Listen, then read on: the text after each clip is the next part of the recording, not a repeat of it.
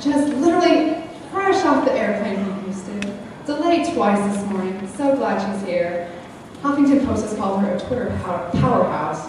She's an Emmy-nominated journalist and reporter for KHOU in Houston. Please welcome Lily Jang.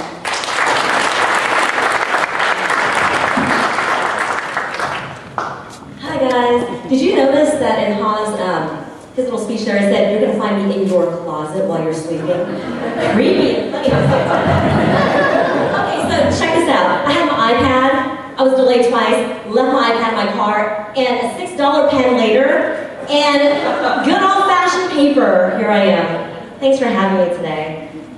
So when people say you're a morning anchor, what time do you wake up for work? My alarm goes up at 2:45 a.m. That's like inhumane, I know. And then I'm on the air at 4:30. And so the next question usually is, what time do you go to bed? It's like senior citizen hours. I go to bed at 6 p.m.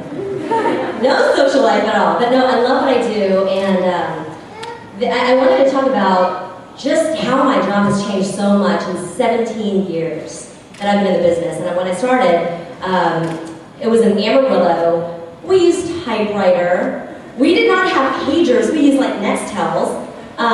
What else? Rotary phones. We didn't have internet. It was phone books. That's how I would call on people and try to get story ideas. Wow, things have changed since 1997. So it's 2013, and everything is so much more challenging because of technology. And I've had to embrace it as a journalist because the story is now coming to me. It's really hard too because now there's this push and expectation to be the first on every story. And then the downside to that is that there's so much wrong information, and that goes viral, and it gets retweeted. And I don't just compete against NBC, Fox, ABC. I compete with everybody out there. Every one of you is a journalist because you're on the scene. You are our eyes and ears. So when there is breaking news, that's what I rely on you guys to call in. And I'm going to show examples of that. But there's also just responsibility nowadays, especially if you're a morning anchor, to be accessible, and people can feel like they can talk to you, they feel like they know you, and that kind of thing. So I want to talk about how I use social media in my job. Inform, engage, inspire. So I wanted to start with this one. There was a shooting at Bush Airport in Houston a couple of weeks ago, and I asked my 30,000 followers, hey, if you're there and you're safe, call us. We'll put you on the air. And that's an example of how all of you guys really are journalists, amateur journalists, and you help me do my job these days. And that got retweeted eventually, I think in 10 minutes, like 100 times. And here's another one. Amber Alerts, those go viral immediately. And sometimes people don't even watch the news, I mean, especially at 4:30 in the morning, who's up, right? But they'll see this because social media is the first thing you check when you wake up in the morning. How many of you guys actually grab your phone? Somebody's laughing, so I know you check Facebook the first thing you do when you get up, right? Weather channel. Oh, the Weather Channel. And then Facebook, okay. So these are two examples of how I inform.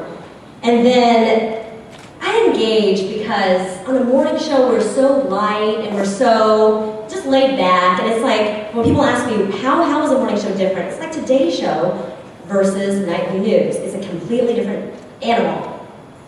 And oh my gosh, this is like every girl's nightmare. We were in the same dress, my traffic girl and I, same color, same dress last week, and I tweeted, Catherine stole my look. This is how we settled it. Take a look. So we're just being silly because we're really good friends, and so we took a picture before and after of her just like pulling my hair, just being girls, and you know how people think girls can be catty. So it gives you an insight and kind of a behind-the-scenes look at who we are, and people feel like they know me. So I engage, and you guys know this story. Mario Williams is an NFL player. He just got unengaged because the girl, she broke off the engagement. She wants her $785,000 engagement ring back. So there was a tweet, should she give it back? What do you think? And so I retweeted that, should she return it? I got like 100 comments about people saying, just going off, and everybody loves to engage and interact, so that's how I engage.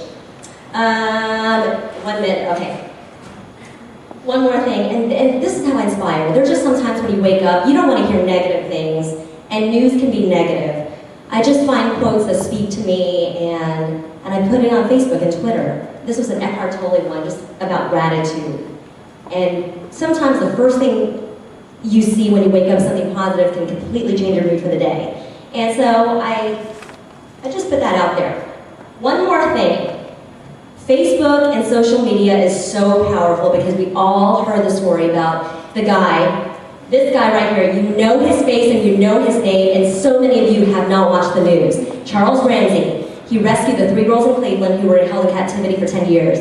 His interview is amazing, and he is all over Facebook. I think a lot of my friends who don't even watch the news, they know who he is because of his interview that's gone viral all over social media. And that right there shows you the power of social media and how I've had to embrace my job and how it's different. Because my job now is 24/7, and thanks to you guys, you help me do my job.